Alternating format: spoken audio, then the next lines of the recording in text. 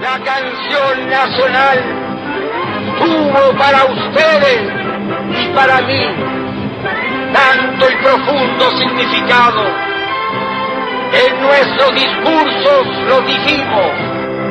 Somos los herederos legítimos de los padres de la patria y juntos haremos la segunda independencia, la independencia económica de Chile.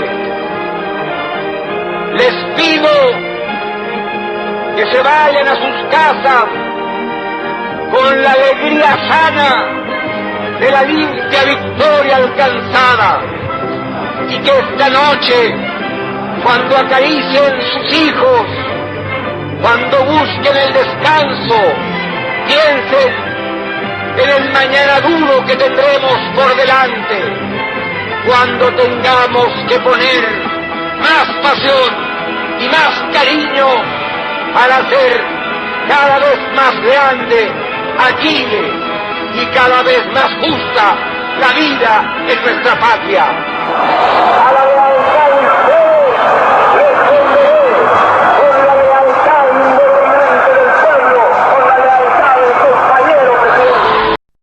A 50 años del triunfo electoral que permitió a Salvador Allende, a la Unidad Popular y al pueblo y los trabajadores chilenos acceder al gobierno, hacemos una reflexión sobre este hecho relevante en el desenvolvimiento de la historia social y política de nuestro país, desde los desafíos a los que nos enfrentamos en el Chile actual.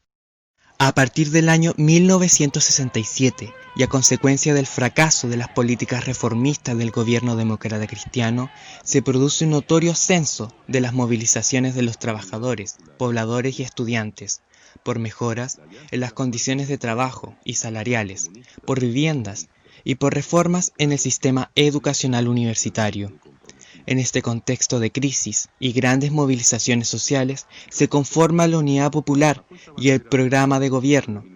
Los partidarios de la UP organizan comités de Unidad Popular, a través de los cuales logran movilizar en torno al programa de campaña a cientos de miles de militantes y simpatizantes.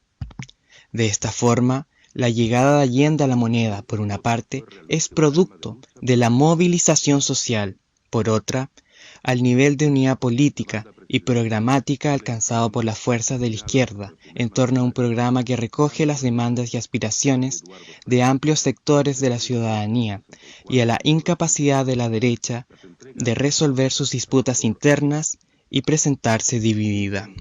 A partir del año 1967 y a consecuencia del fracaso de las políticas reformistas del gobierno demócrata cristiano, se produce un notorio ascenso de las movilizaciones de los trabajadores, pobladores y estudiantes, por mejoras en las condiciones de trabajo y salariales, por viviendas y por reformas en el sistema educacional universitario.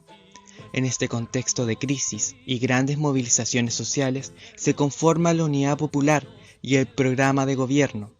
Los partidarios de la UP organizan comités de Unidad Popular, a través de los cuales logran movilizar en torno al programa de campaña a cientos de miles de militantes y simpatizantes. De esta forma, la llegada de Allende a la moneda, por una parte, es producto de la movilización social, por otra, al nivel de unidad política y programática alcanzado por las fuerzas de la izquierda en torno a un programa que recoge las demandas y aspiraciones de amplios sectores de la ciudadanía y a la incapacidad de la derecha de resolver sus disputas internas y presentarse dividida.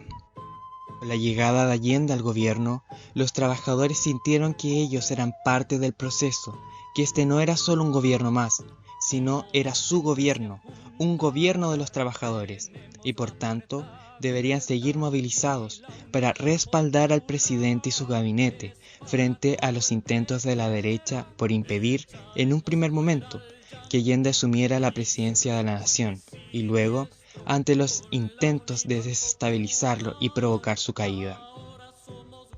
Los trabajadores no esperaron pasivamente que el gobierno iniciara su periodo, por el contrario, aceleraron sus movilizaciones.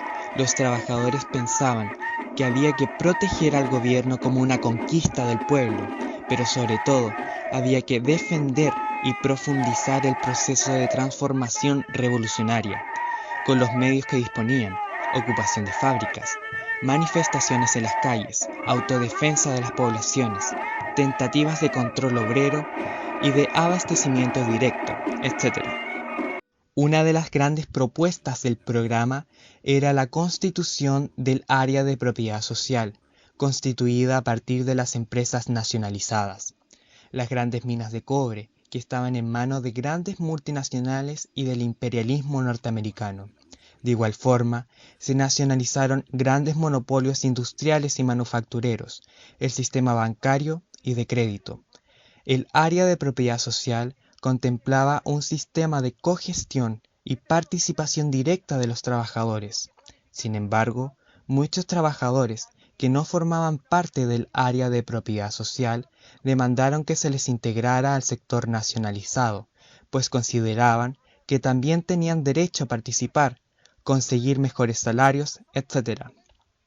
Un sector radicalizado de estos trabajadores exige más y comienza a sobrepasar el marco legal. Octubre del año 1972. La reacción y el imperialismo lanzan una ofensiva que tenía por objetivo provocar la caída del gobierno.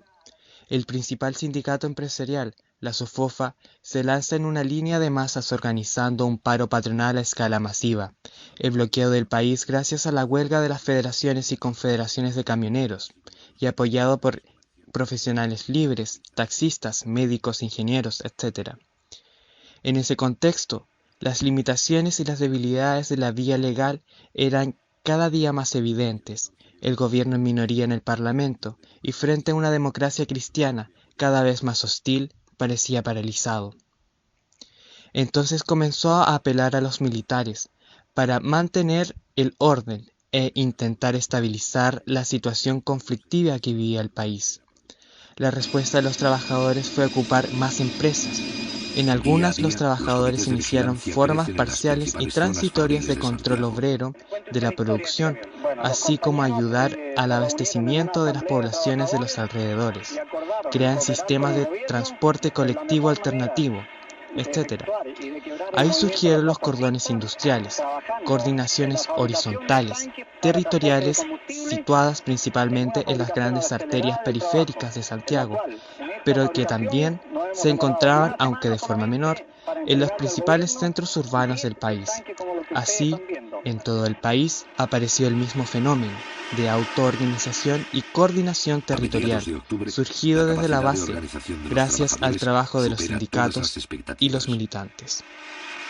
Los cordones industriales nacieron, por lo general, de la iniciativa de militantes de izquierda y sindicalistas. En las empresas más movilizadas fueron el resultado de auténticas asambleas obreras, que elegían uno o dos delegados a la asamblea del cordón industrial de la zona. Se trataban de formas embrionarias de poder dual, no siempre consolidado, lo que también explica en parte la rapidez del golpe de Estado. Hasta el final, Allende fue para la gran mayoría del movimiento obrero el compañero presidente, es decir, mucho más que un símbolo de la victoria electoral. Incluso Allende tuvo una influencia cada vez más fuerte sobre los obreros demócratas cristianos, que veían claramente que el gobierno había tomado medidas a favor de los trabajadores, de los pobres, aumento de los sueldos, nacionalización del cobre, participación y gestión obrera conjunta, etc. El aura carismático de Allende nunca se cuestionó, a pesar de las limitaciones de su programa o las ilusiones de la izquierda con respecto a la Fuerza Armada constitucionalista. La contradicción dialéctica es que el poder popular se desarrollaba en nombre de la defensa de su gobierno, pero sobre la base de reivindicaciones propias de los trabajadores, de la clase, con herramientas de lucha que sobrepasaban ese mismo gobierno, así como a todos los partidos y poderes constituidos. Por otra parte, por ejemplo, los lemas del cordón industrial Cerrillos y Maipú de 1972 son a la vez la ampliación del sector nacionalizado, la realización de una asamblea constituyente y el cierre del parlamento burgués, haciéndose eco de la Asamblea Popular de Concepción de mayo de 1972, el abastecimiento bajo control popular, una intervención policial en el ejército para echar a los reaccionarios, establecer el control obrero de la producción, etc.